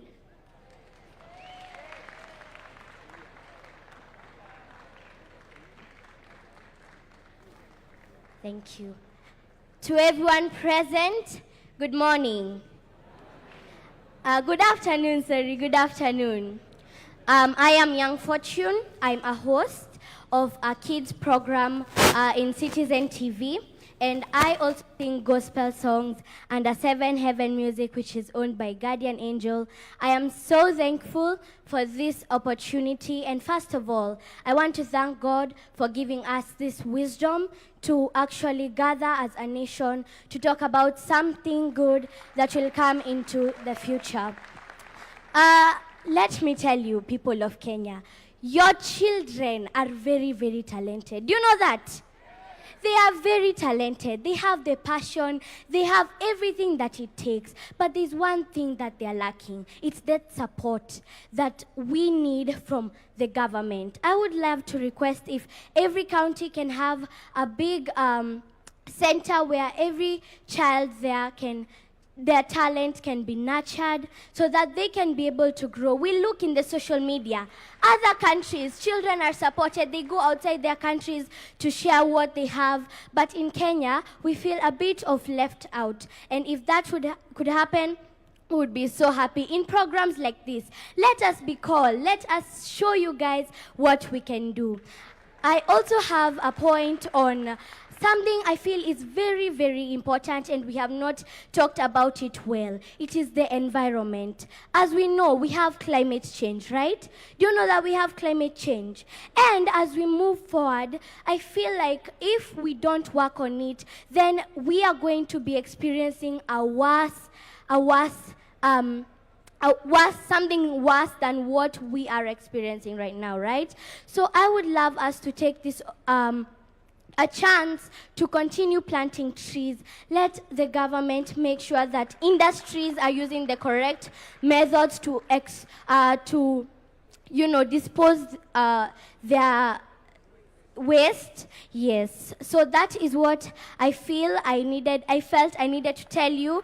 Thank you so much for this program. It is very, very helpful. You are building our country, and we feel that we are seen. May God bless Kenya, and may we all work together towards achieving this. We have a question on this side. One question mark on this side.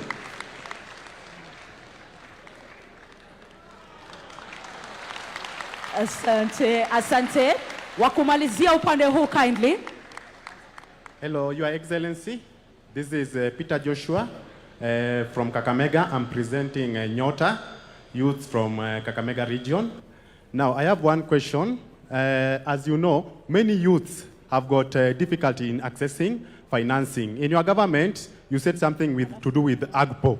AGPO, access to government procurement opportunities for youths. You said that 30% belongs to youths. Now, sometimes we get those chances, yes, but financing, after getting LPO from the national government, to finance that LPO is very hard for us. So, how can this government help us to finance those LPOs as we proceed with supplying new products with national government? Recently, I secured national government LPO worth 600,000 that was to supply 100 bags of maize, but it was turned down due to lack of enough finances.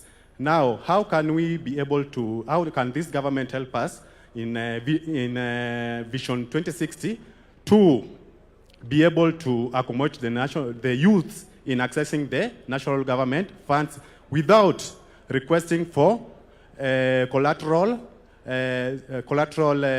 securities? That is logbook and what we call title deeds, which many of youth under 25 doesn't have any of those, Your Excellency. Thank you, sir. Good afternoon, Mr. President.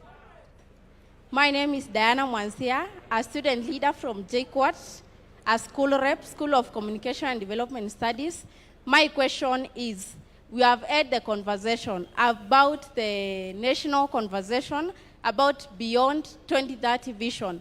My question is, after this, what's next? Yes, what's the step after this? Yes, thank you. Thank you so much, Mark Masai. Asante sana. What next? And perhaps you've read my notes because that is the last question. 30 seconds to all of us. What next? The question has been posed to the president, and he will answer it as a citizen as well when we invite him not to conclude, but to invite the start of this national conversation. Asanteni sana for the passion that you have shown to speak and to weigh in on this. It's not the last day. It's just the first of a journey we've started. A journey he has walked. So in 30 seconds, what next? Mogo. Thank you. Very quickly, 2 quick points on the way forward. Learning from the lessons of Vision 2030, the challenge of continuity. I want to reiterate the notion that we do need a national law that entrenches Vision 2063. And for that to happen, because you can't ring-fence budgets and performance management to specific flagship projects without that. That's a lesson that we've learned. We need to do that. But for that to happen, we need a robust conversation, a robust national conversation across the entire country. And hopefully, just to take Professor Hino's suggestion of a committee of experts, that committee of experts must be properly constituted, credible, independent, be able to elevate the discourse about politics, and most importantly, engage the public through different mediums or media. The younger generation, as demonstrated by the Hack Kenya 63 group that came here, is an example of many ways of engaging the public. So the committee of experts will have to find a way to engage that type of a public as well, and those diverse media, and be able also to carry the conversation to differentiate between the long-term objectives of Vision 2063 and what is immediate, because what's clearly emerging is that we've got immediate needs that must be addressed, but at the same time, we must think about the future of this country. Thank you.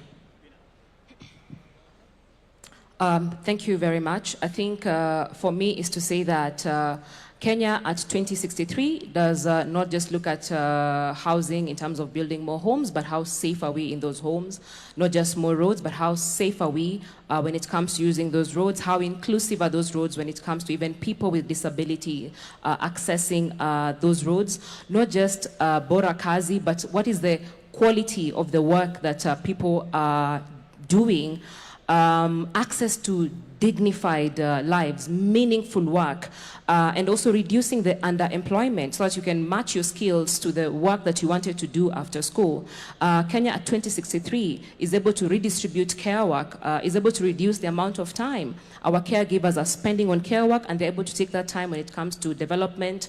Kenya at 2063 does not treat violence and femicide as just a gender issue or a women's issue, but it treats femicide and violence as a national security issue that is actually a threat to our development. Kenya at 2063 is just not looking at building more classrooms, but also the quality of education that our children are accessing when it comes to those classrooms, the quality of diet our children are accessing before they even enter that classroom. And lastly, Kenya at 2063 is representative when it comes to women and youth being represented in political institutions, so that we're not talking about a country where the median age is 19, but then the median age of a politician in the continent is 63, and you can get to see that gap. So a country where the majority of the citizens in this country are able to see themselves, not just at the table, but they are also able to shape the conversations on that particular table. Thank you very much. Thank you. So I think this is on. So I think what next is demonstrated by our open mic session. People need to be heard. So we need to convene these forums where people speak their heart, speak their vision, and then we need to listen. And then our committee of experts can craft those into plans that can deliver a lived experience that reflects the aspiration, the dreams of Kenyan people. Thank you. Thank you. 3 things. I think the first one is, for us from a capital markets perspective, we would love that the capital markets is embedded in Vision 2060. What does that mean? What that means is that every Kenyan, if you have a business, if you have a project, you are able to actually come to our market and raise capital seamlessly without friction. We need to make that possible. Number 2, we need to be able to democratize wealth. Why? You know, I keep going back to our national anthem because I truly, truly do believe it's our regional vision. The national anthem talks about farm may we stand to defend. People will only defend something they own. In order for us to be able to defend the vision in terms of its crafting and implementation, we need people to own both the vision as well as the underlying resources that go to making the vision a reality. And then the last thing is, we actually want to have more listings in our market. We want to have more privatizations, and the government has done a fantastic job of enabling that to happen. Case in point, the Kenya pipeline. But we want to have more of these homegrown businesses listed on the exchange. That way, every Kenyan has a stake. Once Kenyans have a stake, it's much easier and better for them to defend the vision and actually carry it through, whether there's change of government or not, whether there's political ebb or flow, but then the vision stays. Lastly, Mark, we need the vision embedded in law. There needs to be a legal framework that captures the vision and embeds it in law. Number 2, the implementation of the vision needs to be institutionalized. We can't leave it to chance. Number 3, it needs to be audited periodically so that we course correct when we are off the vision. Not just at the tail end. Marianne. Thank you. I think what is important, every bus needs a driver to move the bus forward. So what needs to be identified is who is the driver. Who will this committee report to? Is it Adrian? And I'm very willing to vote for Adrian to be the leader of this.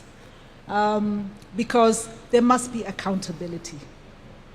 So identifying that for me, I think, is most critical. Excuse me. The other thing I want, the enablers must also be looked at in the process. It's my voice. Thank you. Oh, sorry. The enablers are very critical. Policy must support strategy and not the other way around. When we develop policies, it's in order for the strategy to work so that we can achieve the objectives. Sometimes we forget.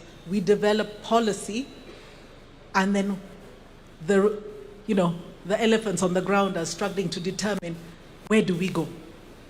Thank you. Foundations. Building the foundation. We need to build the foundation of this vision, and we build it right. Once the foundation has been built and the committee of experts comes up, then we sell the vision. Sell the vision to the right people. And the right people, let's not ignore our children. Let's not ignore our youth. That way, we will be able to have a continuity in whatever we do. So the foundation is very important. Selling the vision is very important. Let's get influencers and know that the church is a great place of influence. Don't forget the church. Let's get to the pastors so we can get the Sunday school, and this will be established in their lives, and Kenya will move forward. Thank you very much. Yes, a round of applause, and the president, I think, is giving you a standing ovation. Thank you very much. As he comes to give also his reflections. Diana Mwanzia has asked me a very direct question. What next? And I have ideas on what next. But I would rather we agree on what next together. And I would want what next to come from us. Because having the benefit of the office that I hold and being a Kenyan, I have some ideas. But I would rather that we all agree on what next. Let me say two things so that I can suggest, if I may. Listening to everybody who has had the privilege of the mic here, I am persuaded beyond reasonable doubt that we have what it takes to design the next future for Kenya. Listening to the young people here, listening to people from the private sector, listening to the tech community, listening to the civil society teams around this table, and all the other professionals, it is clear to me that we have what it takes to think about the future, that Kenya cannot afford to drift into the future. We have to have a plan for that future. I have listened to the young man, sorry, I don't remember his name, who talked about startups, and that is the next horizon. That is the place where we'll create more jobs. The tech space. And he has even suggested that there should be some compulsory learning around technology because that is how the future is going to look like. Maybe we may not go all the way to make it compulsory, but we provide sufficient incentives to make sure that there are more people in that space. And all the other suggestions that have been made around this forum. My suggestion is that, as I said earlier, this should not be a government project. Government should facilitate this conversation. Article 3 of the Constitution obligates each and every Kenyan individually to protect and defend the Constitution. We are discussing in this conversation how we are going to actualize some of our constitutional rights, whether it is access to health, whether it is, as has been said here very ably, whether it is access to education, the best quality education, whether it is how we are going to deliver on making sure there is no hunger, every Kenyan has something to eat, and not just something to eat. We have been told here nutrition is very good for our children. How do we make sure that that is available? All the way to every other constitutional right that has been provided for by our Constitution. How do we do that together? So my suggestion is that we put together a multi-sectoral team chosen by the different sectors. The religious sector can give us people, private sector can give us some people, knowledgeable. Civil society can suggest to us who they want. All the other sectors can suggest to us who they want in this team. Because learning from what we have done in the past, and I have been part of those processes, whether it is the constitution-making process or all the other processes, we've always done it together as Kenyans. Not by government appointing people, but by citizens suggesting leaders who can lead this process into the future. So my suggestion, and it is not, it's just a suggestion, is maybe we ask different sectors to suggest people who can lead this process into the future, people they trust, people they believe in, so that they can lead us in this process. And then maybe that group of multi-sectoral committee or leaders can then give us a roadmap. If we need a body of experts to help us think through and to consolidate all our thoughts. My suggestion would be, whatever it is that we do, they should not go and dictate to citizens what they think. They should go and listen to citizens, for citizens themselves to tell us how they want this to go into the future. I also agree that part of the challenge we had with Vision 2030 was that it wasn't underpinned by any law. It was a mere suggestion. And therefore, different administrations decided what to do. They were not obligated in any way to implement the national vision. So others came, reversed this, others came, tried to push that, and it wasn't coherent. If we do not have a coherent plan, then we drift. And therefore, it is important that we also agree on legislation that is going to guardrail Kenya into where we all want it to go. So that whoever is in office, whoever the president is, they cannot sabotage our collective progress, or they cannot interfere with where we want to go as a nation. It becomes the responsibility of every leader who has an opportunity to take us faster into the destination we agree as Kenyans. So that would be my suggestion on how we take this forward. I am sure there are many suggestions around this table, and we must agree, or let me request that we agree, that if my suggestion is good, I must be willing to give way to a better suggestion by somebody else. And if that somebody else's suggestion is better, they must also be willing to give up to the best suggestion so that we can all move forward together. So that would be my suggestion. Maybe other people can also have an idea of how we take this forward. Because I think one thing is a given, that we are here, it is now upon us, Article 3 of the Constitution, that we are obligated to think about how we move. And each one of us has as much obligation as I do as a citizen for us to give our input of where we want Kenya to be. I deliberately avoided in my statement 2060 or 2063 or 20. That should be also a suggestion by Kenyans. Beyond 2030, what do we want to call it? How do we want to frame that future? And we want to do it together. Finally, I want to ask those of us who are here.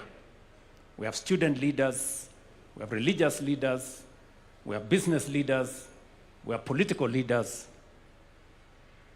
We must not abscond duty. Somebody else could as well be yourself. So each and every one of us must take ownership, and we must not escape responsibility or run away from our obligation as leaders. And that is why I'm asking all the leaders to work together so that we can facilitate all the citizens to participate in this process. I can just say from a government standpoint that we are available to make all resources available for this process to be truly people-centered, citizen-driven, future-looking. We are ready for that. Thank you very much.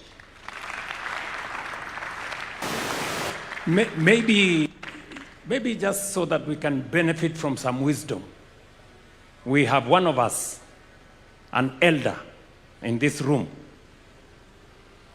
Dr. Oburu Oginga. He should also... And as he comes, we may have our seats. Asante sana.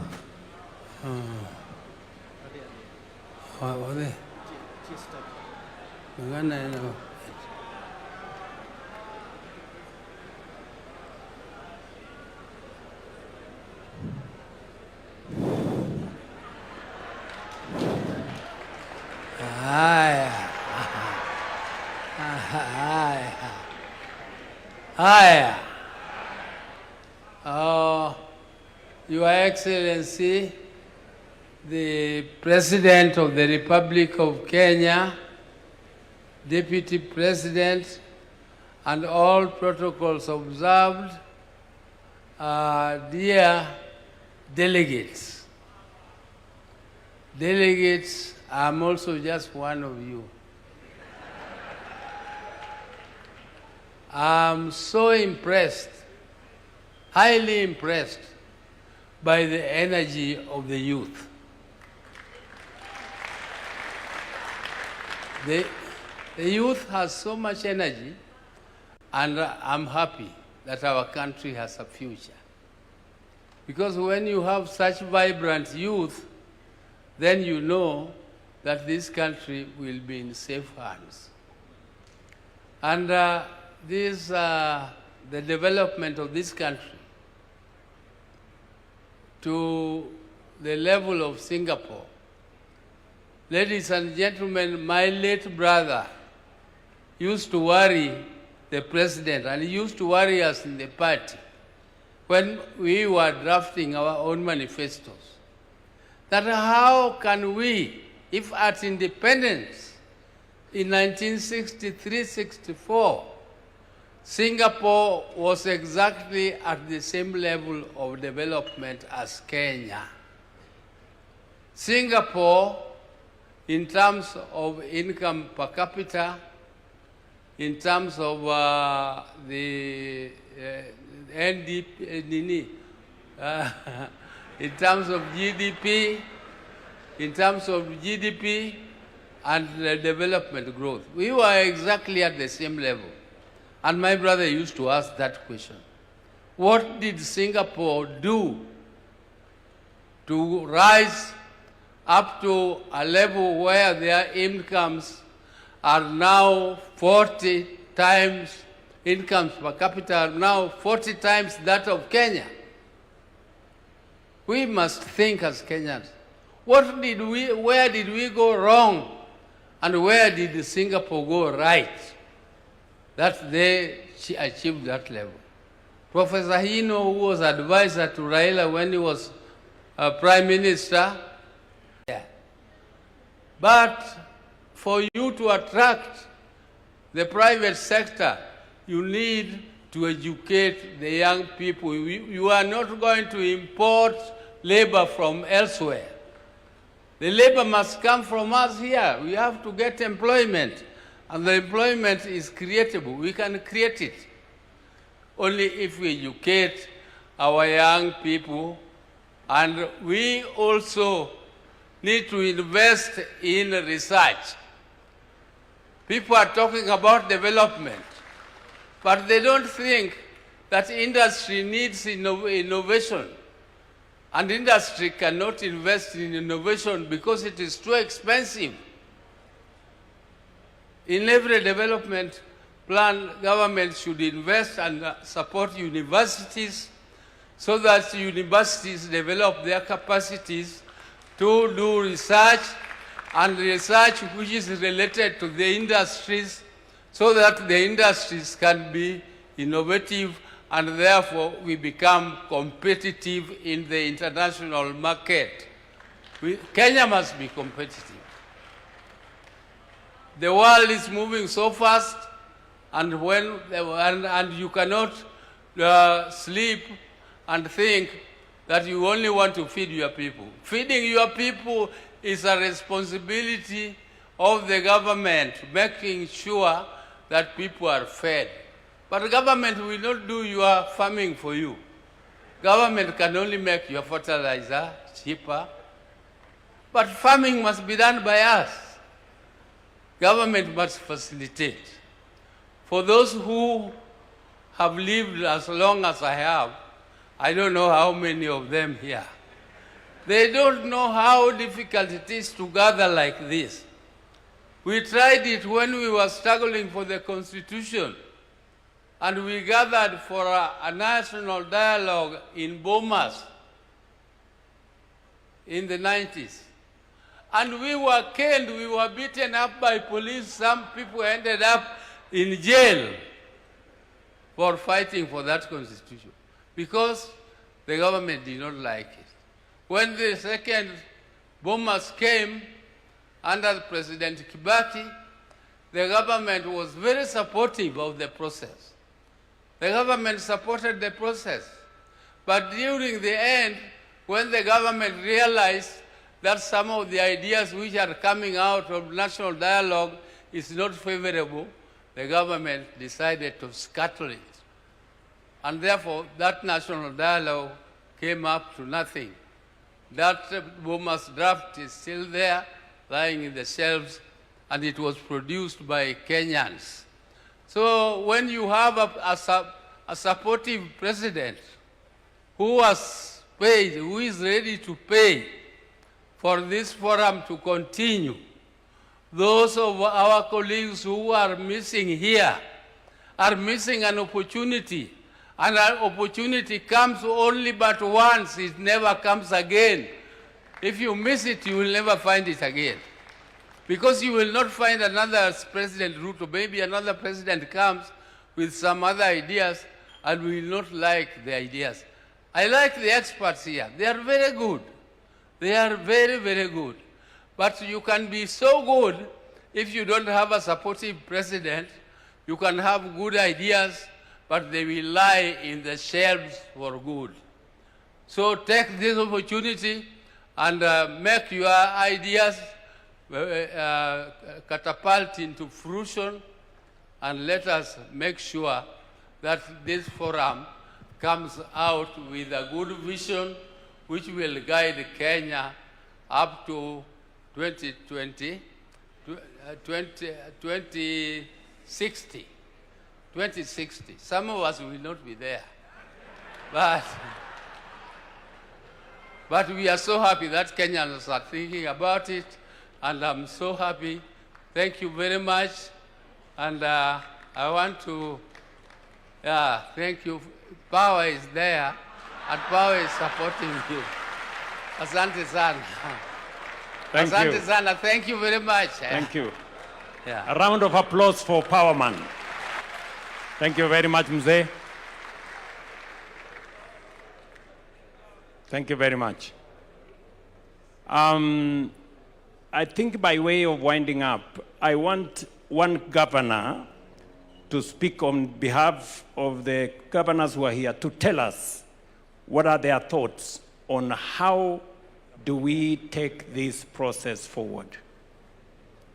Also, to a representative from the National Assembly and Senate, for them to give us suggestions on how they think this should go forward so that we can agree. I think they have done a lot of listening, and I think it is time for them also to give us suggestions on whether we need a legal framework to establish and to facilitate this process, or whether we need, and whether if we go to Parliament, they will allocate the resources to facilitate this national conversation. I also have listened to the young people. Already, they have worked on a platform, the Hackathon 100. And they have said they will use that platform to collect and to process suggestions from young people and on the digital space. I would suggest that we facilitate that process so that we can collate and collect those views in that manner. Do we have a member of parliament who wants to, or a governor who wants to make a suggestion? The Council of Governors Chair, my good brother, please take the floor. Thank you. I'll use that one. Thank you very much, Your Excellency, the President, for replacing it. Your Excellency, we have so much going right for Kenya. And we have seen what Professor Hino also presented, that we've come a long way in implementing the vision that we had. But I want to tell Kenyans to understand that the tone at the top, having the right people in the right places, will also determine whether whatever vision we craft will see the light of day. There are countries, even in the developed world, that have gotten their governance so wrong, their politics so wrong. They have had 7 prime ministers in 5 years, and they are declining. If we don't get governance right, if we don't get politics right, we will not have the right tone at the top, and whatever we're doing here will not be properly implemented. So much as we've been reminded that we're facing elections in 1 year, right? They knew us from Japan, but to find out whether he's been through Nairobi, walikuwa wanamuuliza ulipitia Kenya. That story is now gone. We are all in Kenya. Whether you are the Mandera border or at Raskamboni border with, in Lamu, or you are in the border to Tanzania, at the border at the Tanzania border. We have one country, Your Excellency, under your leadership. We are seeing development across the whole of Kenya, and Vision 2063 will help us move faster to attain equality and inclusivity. God bless you all. Thank you, Mr. President. Okay. Can we have somebody from Parliament, representing Parliament, to come and say something? Please give him the mic. Please, if you can, speak to how do we make this an exercise in public participation as is envisaged by the Constitution. Thank you, Your Excellency. And Your Excellency, in fact, with the consent of the leader of majority in the Senate, he was telling me that actually what we are doing here today is what Parliament should be doing. We have today constituted ourselves as a People's Constituent Assembly in terms of a bill that will now anchor this process of a national vision into law, so that we obligate all future leaders to the time we are 100 years as a nation and beyond in law, and make sure that nobody ever takes us backward in terms of what we want to aspire to get to as a nation.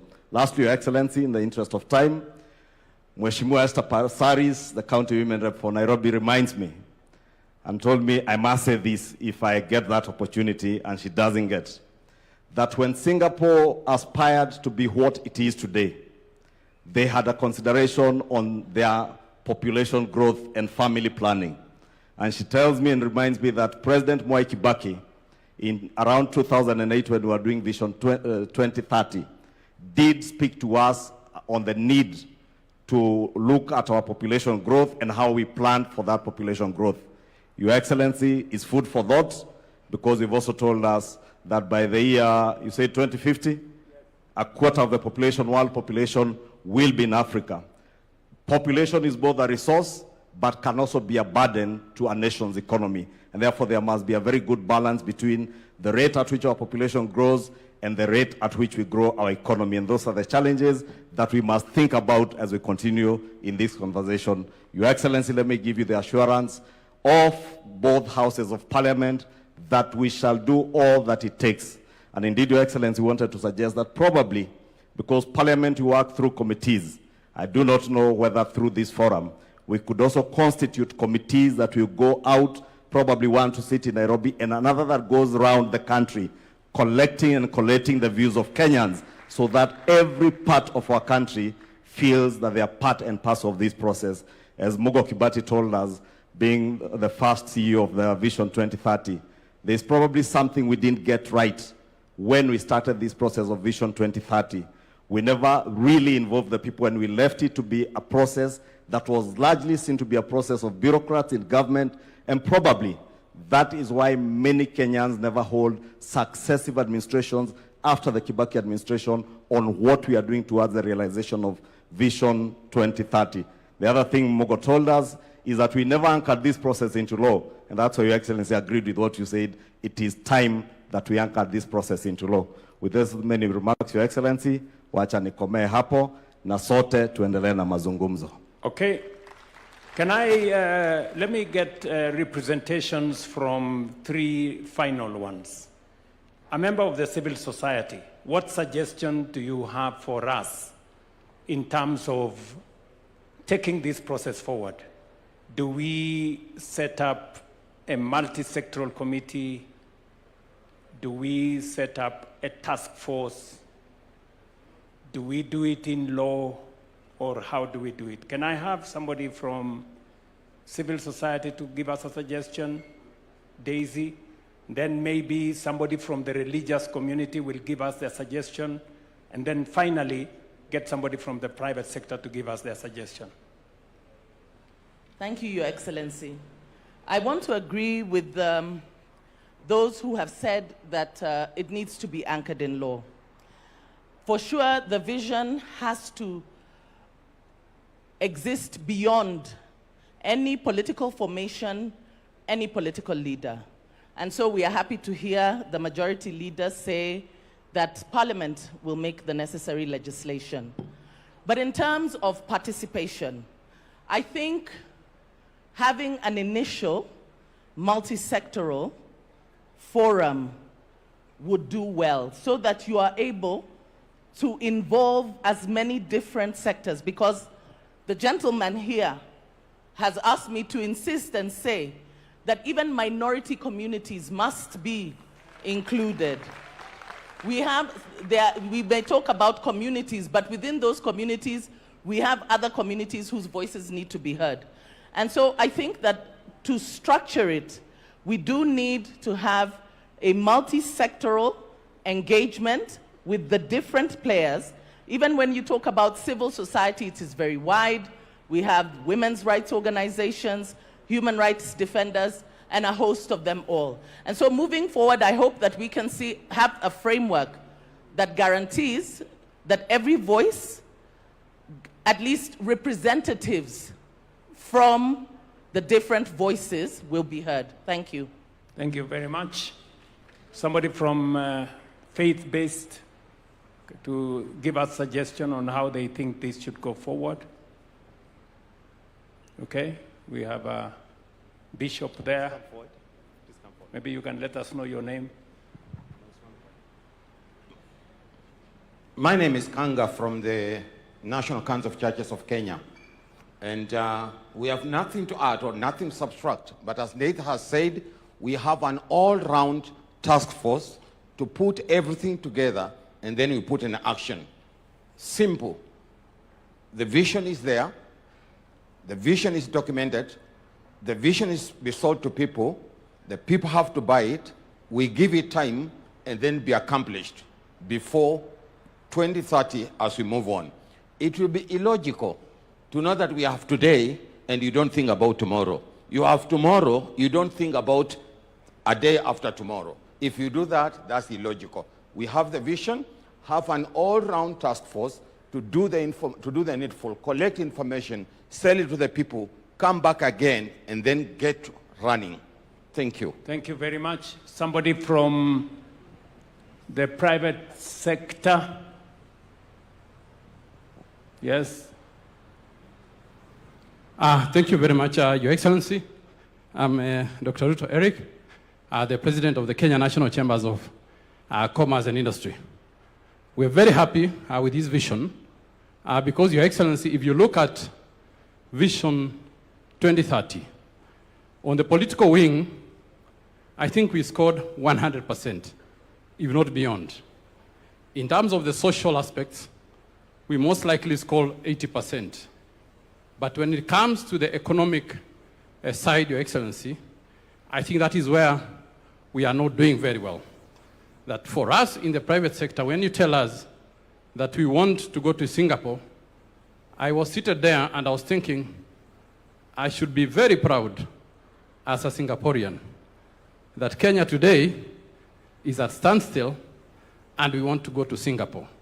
Us in the private sector, when you tell us that our turnover should increase 40, 50 times. We want to do business where there is wealth. And Your Excellency, we are 100% in support as the Kenya National Chambers of Commerce that we represent all sizes of businesses from across the country, as far as Mandera, as far as Lamu. I was there 2 weeks ago, that we welcome your idea that this become a citizen-driven and multi-stakeholder-driven, and with the private sector, we want to assure Kenyans and Your Excellency that we will be in support and we will be in each and every village in this country so that we can collect their views and bring it here so that we can be able to see that Kenya. When you talk about 2063, as in the private sector, we are seeing that it is too far. Because when we wake up in the morning every day, we want to be wealthy. And that wealth that you want to create for us, we want to see it even if it's possible. We are impatient. We should see it in 2030.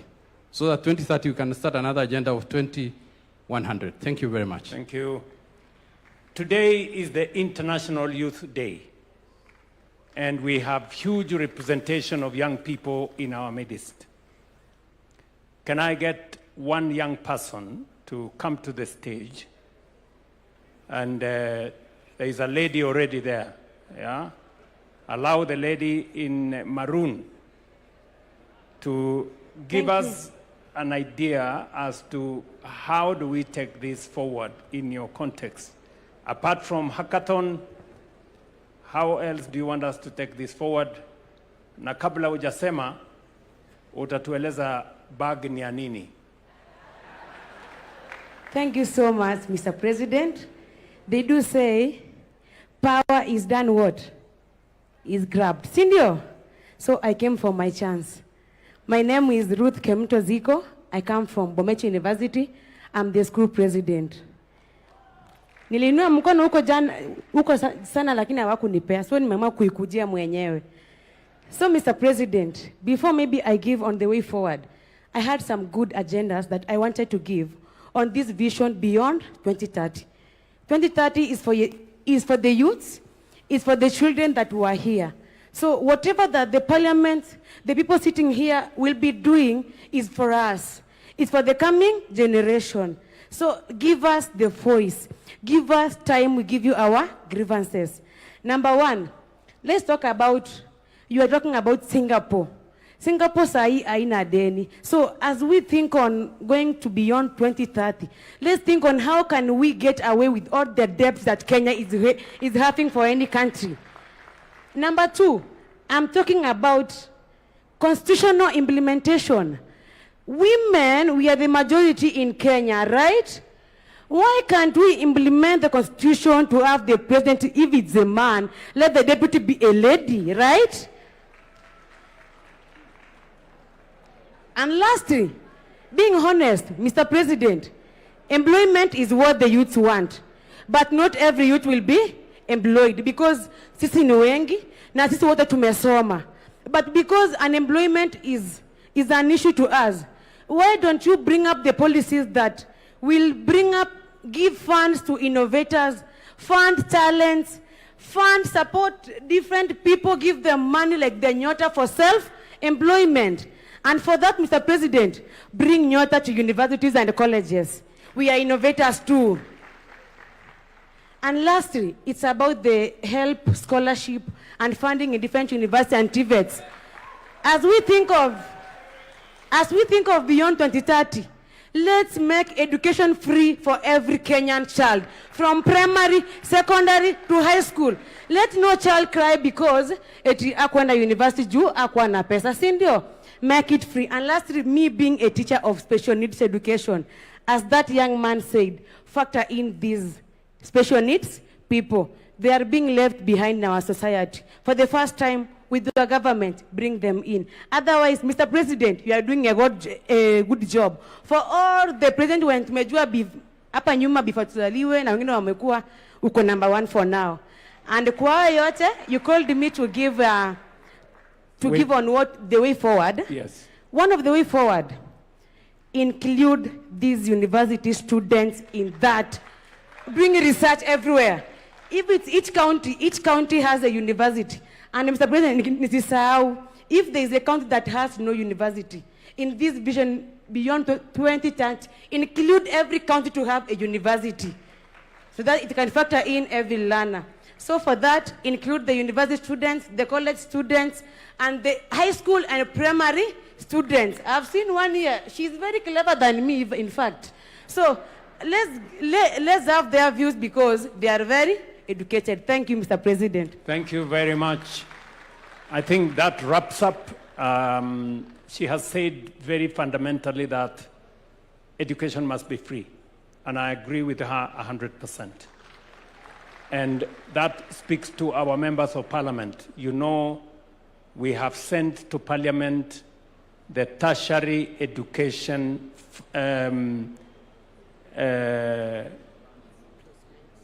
placement and funding bill. Tertiary education funding, placement and funding bill. We want that bill as soon as possible to get out of parliament so that we can implement a program that every child that is placed in a learning institution, in a TVET, in a Kenya Medical Training College, or in a university, all of them get funding for their education without exception. And that learning and education is not pegged on the ability of the parent. It is pegged on the intellectual capacity of every student. You do the course for which you are suited and you have applied for. And government of Kenya must make sure that funding is available. That is already in the works. And you have told us we should include young people, we should include universities in this process, and therefore I think we are set. Thank you very much. Hand it over to the people running the program. All right, and at this point I'd like to say let us all just give a warm clap to ourselves, appreciating the fact that when history is written, your name will be written as one of those who sat through the process that changed the trajectory of this country. Another loud clap for yourselves, please. Your Excellency, with your permission, that brings us to the end of this session. I'll request that we all be upstanding. We shall finish with the national anthem as our prayer, which we all know, so let us have the national anthem as our closing prayer. The anthem.